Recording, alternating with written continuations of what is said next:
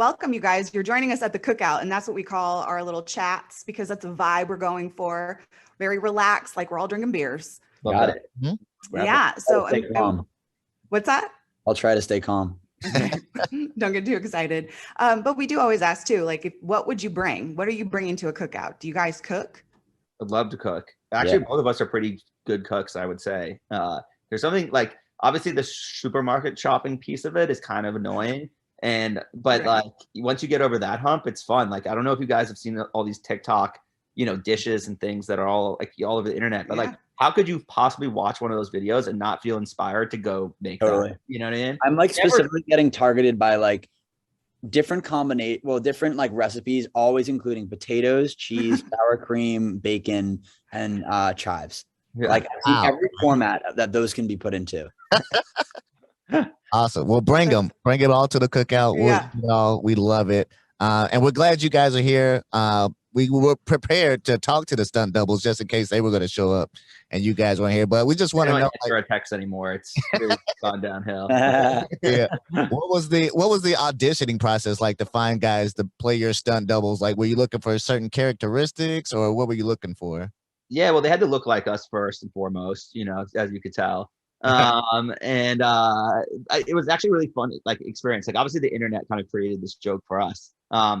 We've always loved it and thought it's pretty true at the end of the day. And, as we were thinking about like, what is the first thing people are going to see about us? Is it a song? Is it a sound? Is it just a photo? And we thought it'd be really fun if the first thing people see is just not us. And after 2 years, maybe we catch some people off guard, and I'm sure we did. But it was kind of like a long drawn out process, because initially we kind of started with the Everest of us, which is like obviously Ben Affleck and Tom Matt Damon, and once they passed, we began to move down the line of super famous people that are duos, and eventually we landed on 2 random white guys.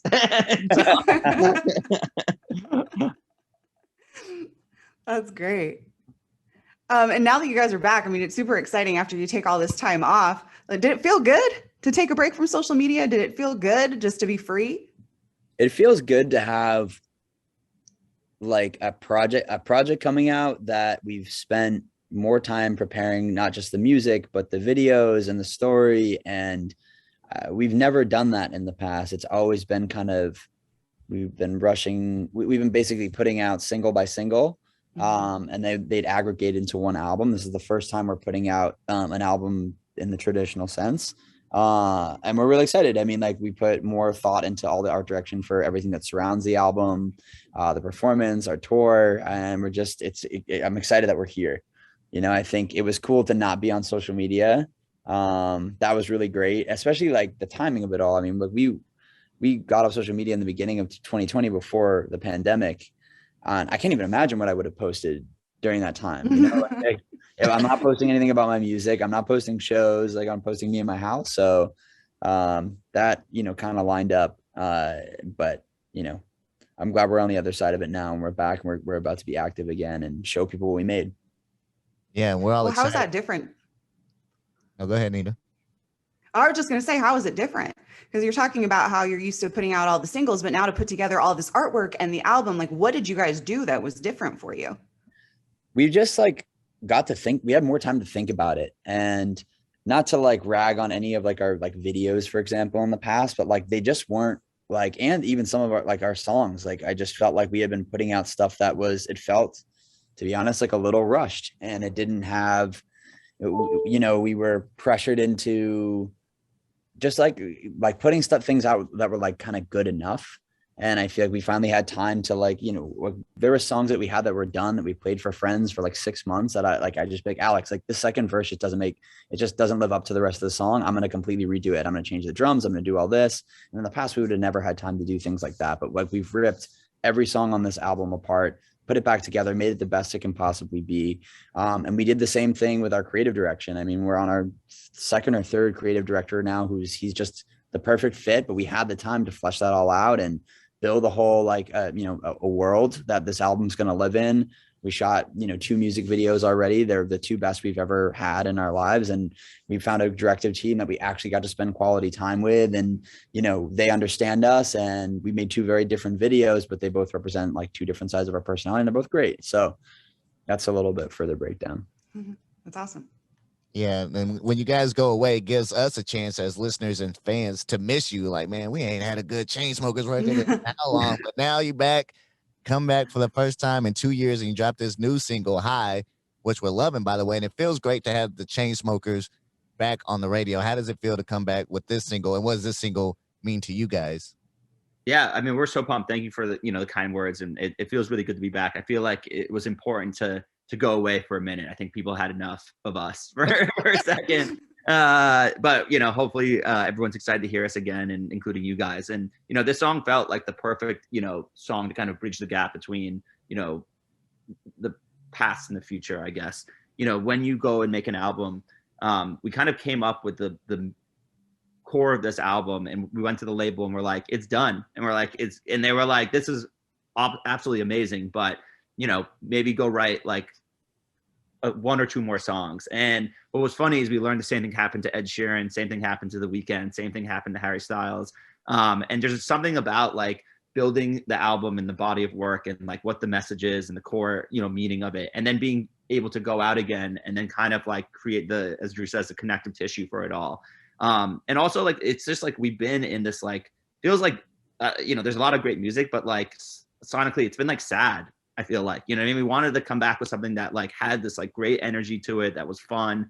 And, Drew kind of pointed out something that was interesting, that it like kind of has like this closer sentiment where like a lot of the lyrics in it have this kind of like really like visceral feeling to them, even though it's like fun and lighthearted and just like a great song. So we just want people to have a great time to it. And, at the end of the day, everyone takes the music and has a different experience with it. So we're just happy to be back and have people hopefully enjoying it.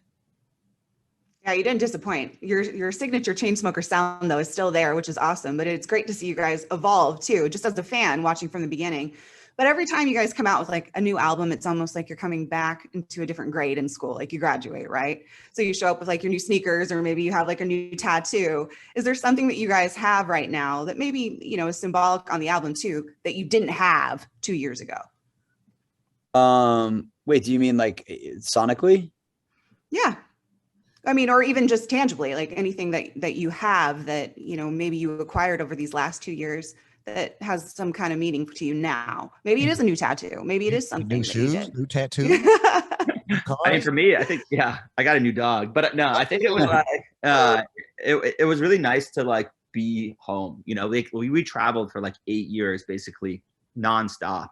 And to kind of come back and like live a life at home, like I have a girlfriend that I'm, obsessed with, and just having the opportunity to like spend that time together. And, it felt like some level of normalcy, being able to like, I went to bed at like 9:30 last night. Like what the, you know what I mean? Like I used to like never in my life did I think that would ever happen. Like I'd be like 9:30 and I was like trying to get into bed, and but also like 3 nights ago we were up till 6 a.m. So it's just nice to have, like have a slice of that life again. And like, especially while you're working on this like new album, and, I think it like makes you value the relationships and people that you have around you, and also miss the things that like you did before the pandemic too. And which is like, the ability to travel and see people all over the world and have those amazing experiences. Like there was this really funny moment when we played our first show after the pandemic and Vegas had just opened.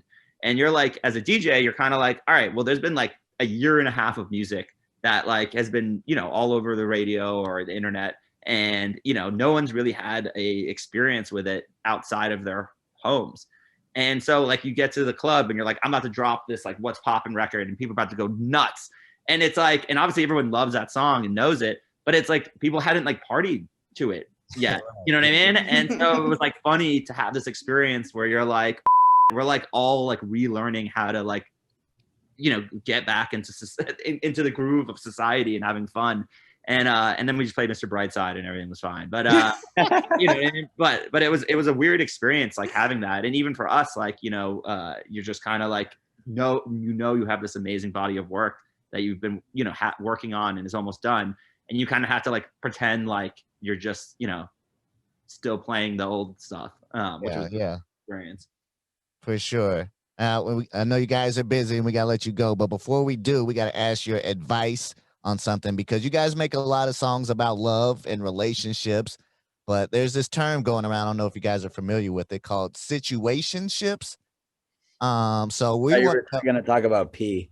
I still can't explain that fully. I don't even think the artist can fully explain that. But, yeah, relationship. People want to be in relationships. So, like, what advice would you give to somebody who's in a situationship and wants to get upgraded and promoted into an actual legit relationship? Ooh. There's so many factors that matter in this situation. Right? Yeah. I don't know. To be honest with you, I'm kind of in a situationship right now. Okay. But like the reasons that it hasn't been upgraded is because of like schedules and both being busy and timing and like all of these factors, you know, that are kind of external to like us like wanting to be something more, you know what I mean? Like it's not like based off of, oh, like I feel one type of way and she feels like not so much that way. Right. It's like jobs and time and stuff. Yeah. But like I think but I'm like down to wait for it, like for it all to work out or play out, because I know that like this is somebody that that I have this insane connection with that I've never really felt before. And what I'd say if you are in a situationship and you're hoping to upgrade, but you don't know if the other person wants to, you shouldn't be fucking dating that person. You know, like if it's like something that's like out of your control, that are like external, like life circumstances that are like preventing you and keeping you in a situationship, that's fine. But if like you're just like kind of pining for this person to like upgrade your situation, yeah, get up out of there. So the P for you is patience. Yeah. That's so real. Yeah. Did you have any advice? I mean, you're in a legit relationship. You graduated. Yeah. I graduated. I play like it was a long game for me. I mean, I think that what I was gonna say is just like you can't really force things.